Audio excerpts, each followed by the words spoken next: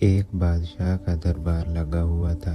چونکہ سردی کا دن تھا اس لیے بادشاہ کا دربار کھلے میدان میں ہی لگا ہوا تھا۔ سب خاص و عام صبح کی دھوپ میں بیٹھے ہوئے تھے۔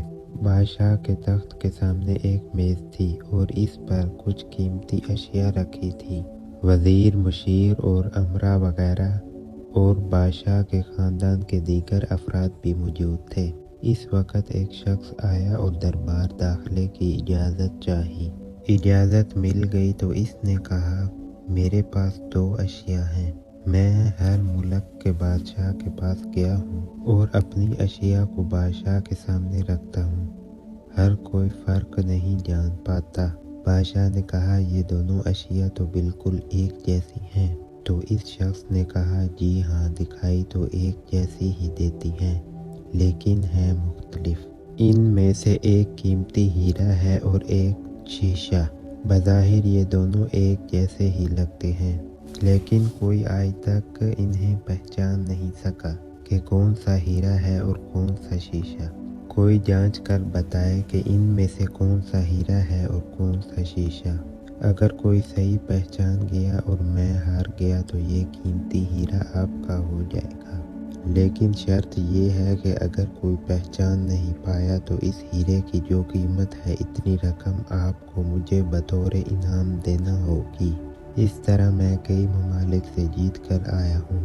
بادشاہ نے کہا، میں تو نہیں پہچان سکتا۔ وزیر و مشیر بولے، ہم بھی جانچ نہیں سکتے کیونکہ دونوں بالکل ایک جیسے ہیں۔ سب کو گمان تھا کہ اب تو شکست ہی مقدر ہے، لیکن شکست پر انعام کا مسئلہ بھی نہیں تھا کیونکہ بادشاہ کے پاس بہت دولت تھی۔ بادشاہ کی عزت کا مسئلہ تھا کیونکہ تمام عالم میں یہ مشہور تھا کہ بادشاہ اور اس کی رعایا بہت ذہین ہے۔ اور اس طرح بادشاہ کو بہت پریشانی ہوئی۔ کوئی شخص بھی پہچان نہیں پا رہا تھا۔ آخر کار تھوڑی سی ہلچل ہوئی۔ ایک نابینا شخص ہاتھ میں لاٹھی لے کر اٹھا۔ اس نے کہا، مجھے بادشاہ کے پاس لے چلو۔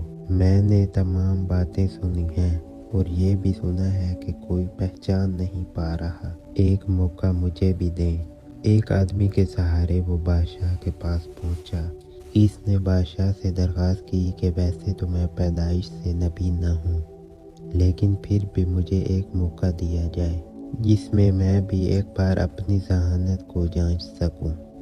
ہو سکتا ہے کامیاب بھی ہو جاؤں، اور اگر کامیاب نہ بھی ہوا تو ویسے بھی تو آپ ہارے ہوئے ہیں۔ بادشاہ کو محسوس ہوا کہ اسے ایک موقع دینے میں کیا حرج ہے۔ بادشاہ نے کہا، ٹھیک ہے۔ اس نابینا شخص کو دونوں چیزیں چھونے کے لیے دے دی گئی اور پوچھا گیا، ان میں سے کون سا ہیرا ہے اور کون سا شیشہ؟ یہی آپ کو معلوم کرنا ہے۔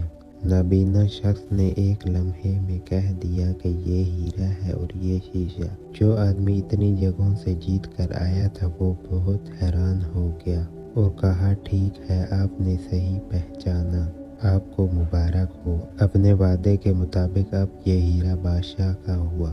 تمام لوگ بہت حیران ہوئے کہ ایک نابینا شخص نے کیسے جان لیا کہ اصل ہیرا کون سا ہے۔ سب نے یہی سوال نابینا شخص سے کیا۔